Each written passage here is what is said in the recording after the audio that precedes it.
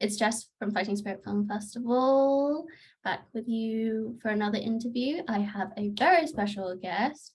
I have a pro wrestler with me here today. Please introduce yourself. Hello, my name is Ayesha Raymond, or the Amazon, as they like to call me in Japan.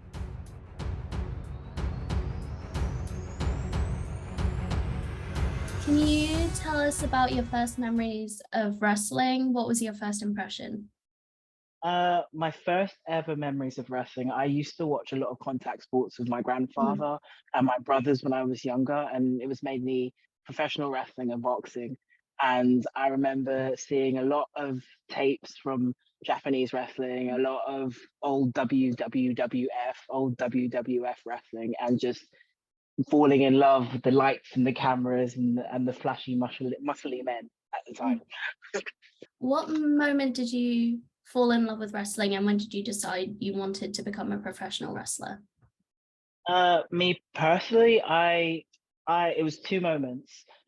I saw China walk out on her debut, and it was the old school China with the black hair and the tank top, and it was the first like reverse incarnation of Degeneration X. And she grabbed Terry Reynolds in a sleeper hold and just dragged her around as if she was nothing. And just seeing somebody her size and her stature and just how intimidating she was, I just looked at her, and I was always quite a tall person. I was always quite big when I was growing up. So seeing somebody like her on screen made me realize, okay, maybe there is a place for somebody like me. The second time was seeing the debut of Chris Jericho in WWE, then S. And I've always been a fan of glam rock and the 80s rock and 80s style. And when he came out with all the flashing lights and all the glitz and the glamour of the 80s, and then that was combined in with professional wrestling because I had known him from things that he had done in Japan, it was just something amazing to me because it was like a clash of both styles and it just made sense. What was your training to become a wrestler like? Was there a trainer that had the most impact on you? Yes. There are two trainers that had the most impact on me personally, and it has been Justin Richards, an old FW, and he's not old, I'm going to say that, an old school FWA star. He was amateur trained and then transitioned into professional wrestling, and he has been a mentor and an inspiration to me, like for literally half my life. I grew up in a single parent home, so I didn't really get a chance to know my father. And Justin, personally, to me, was almost like a father figure. And even till this day, like I'll message him to this day, matches, and I'll ask for his advice, whether it be professional or personal. And the other one has been Natsuki Teo, who is my senpai now here at Seedling. And her road as being she's the inventor of high speed wrestling, but she believes that anybody is able to embody high-speed wrestling, which is basically fast-paced wrestling. As a senpai and as a trainer, she's very, very inspirational in the fact that she sees the good in a lot of people that people don't see. She also sees the star capability in a lot of people that people don't see. And she's always willing to give anybody a chance. And especially here in Japan, where wrestling is seen as a lifestyle and not really a part-time-ish thing, is that you live and you breathe it. She kind of helps you integrate it more into your life as a gaijin, rather than not being a person who was completely in the dojo all the time from a very young age. So she was, to me, those two. What was your debut match like? My my debut match was very interesting. It kind of reflects the shades of things that I do in Japan. I did three things. I did a forearm, a wrist lock, and a power bomb. And it was interesting. Like no one will ever see the light of day of it. Only I have that footage. But it's one of those matches that I look back and say that I did it, and it was so daunting to do, but like I did it, and I had my debut match, so it was fine. You'll never see it. Okay. What is your favorite match that you've ever had? My favorite match that I've ever had was Osaka, 2018, and it was myself versus Arisa Nakajima, who is the seedling ace and is also one of the best professional wrestlers in the world today. We went for a 20-minute time limit draw for my title, my English title. It was the World War Wrestling Championship, Women's Championship. Now the World Women's Championship, because there's only belt in that company to be defended internationally. And she taught me more in those 20 minutes. No disrespect to anybody I've ever been in the ring with, but she did teach me more in those 20 minutes than I had known in the then 12 years of my career.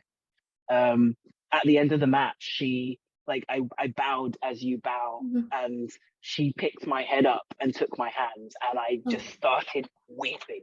So it meant that much to me. How do you feel when you're inside the ring? To me, it's a chance to do whatever it is, whatever I want. I can say whatever I want that I can't do in real life. So to me, it's liberating, because the person that I am in the ring, if I was to act that way in real life, I'd either be committed or arrested. So I need that release. It gives me a chance to kind of get rid of a lot of frustration and anger and just general negative stuff that happen in day-to-day life, and it also gives me the confidence that I need in day-to-day life. Being a professional wrestler has helped me build my confidence as a person, regardless of the fake world that we live in with the characters that we build. It's helped me build me as a person, so it's very liberating to me. After you've done a match, do you ever watch it back? I went for a period of my life where I didn't, because I didn't like the person that I saw. It's only recently now that I've started watching my matches back. I say that I didn't like the person that I saw. It was visually, it was emotionally. I just looked dead behind the eyes because I was just working all the time. I don't think I was actually enjoying myself. It was work. Now, especially that I'm signed in Japan, which was one of my dreams to happen, I do watch my matches back and I do pick it apart, and I find myself spotting things that I hadn't seen about 3 or 4 years ago. So yeah, I do watch myself back now. I didn't before. You are on the roster for Seedling, a women's professional wrestling promotion based in Japan. How did this opportunity come about? Natsuki Teo tells a story all the time. It came about of a lot of hard work, a lot of time in the dojo, a lot of training, and also general respect for your senpais. Natsuki and Nanae were the trainers for Stardom, the first Joshi company I ever worked for. But Natsuki recently retired, and she did a all-around world trip when she retired. And she was a senpai and a trainer in a company that had a lot of international wrestlers. So when it came to her actual retirement, she contacted all these international wrestlers and nobody saw her. And that to me was heartbreaking. And I hate it when she tells the story, because to her it makes it smile, but to me, I'm tearing up now.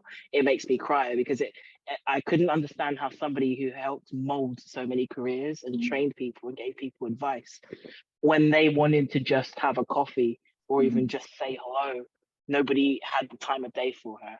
I was working in London at the time at a gym. It was my first ever personal training job. And she messaged me in the middle of the day and told me that she had just landed in London. And I told my boss, look, I haven't seen my senpai in 3 years. Is it okay if I just take a couple of hours off and I will take her to Camden or something so she could just see London? And he gave me 3 days off. And I spent 3 days with her around London. I took her to the Harry Potter exhibitions. I took her around Camden Town. We went to an American diner. I took her to Chinatown, which was very bad. I will never do it again.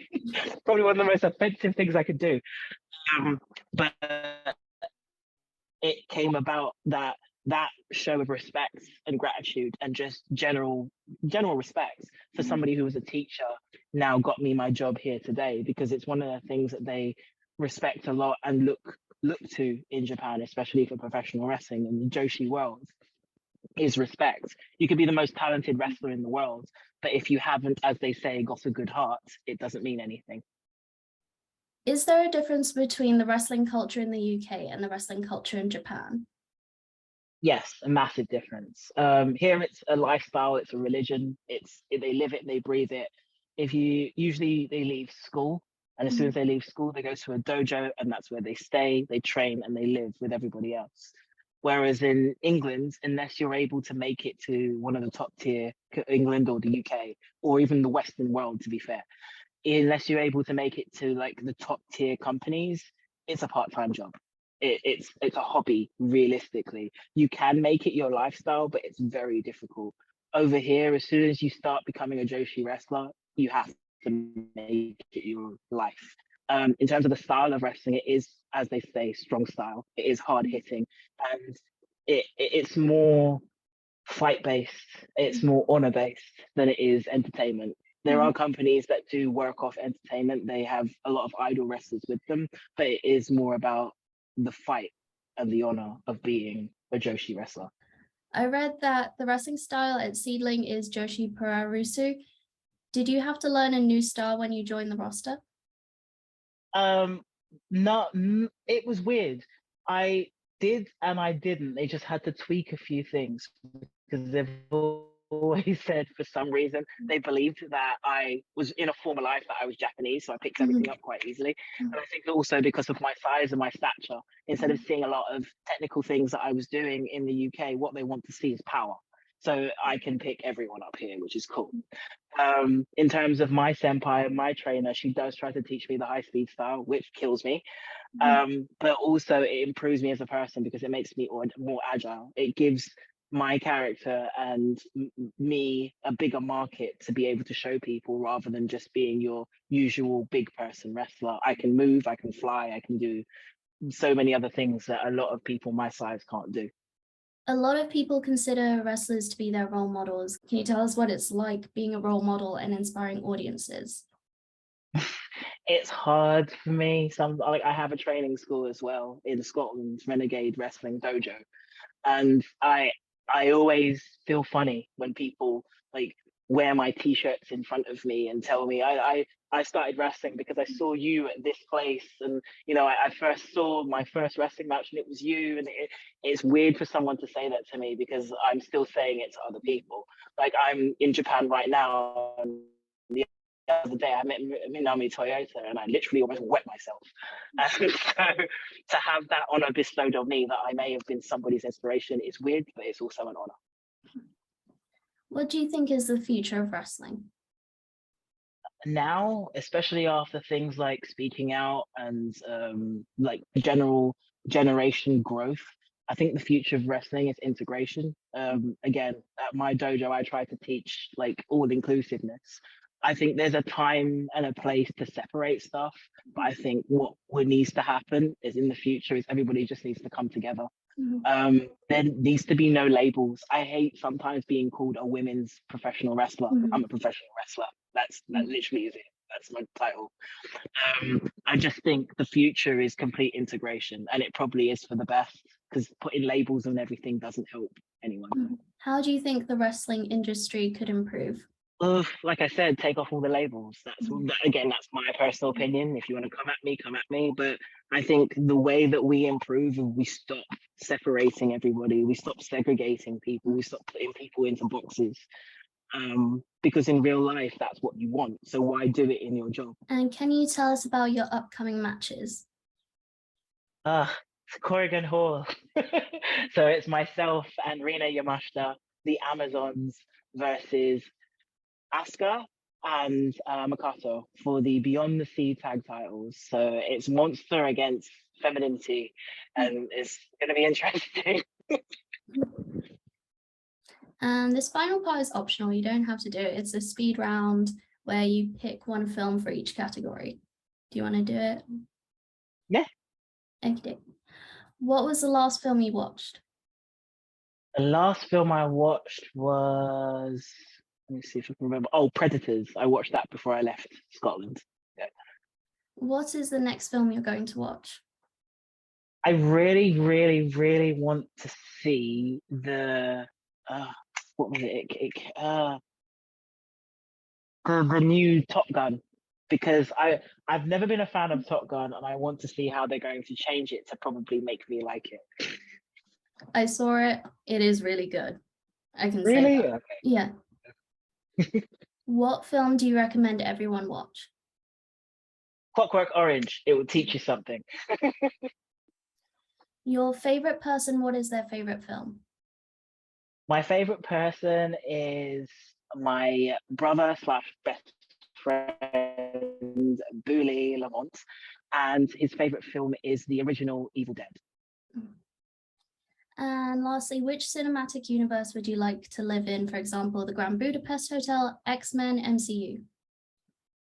I would love to live in the DC universe. As everybody should know, I am a DC character. I am Mad Janet Murphy from Pennyworth, so I would want to live in the DC universe, please. Okay. That's the end of the interview. Thank you so much. Everyone, go check out Ayesha Raymond, otherwise known as the Amazon.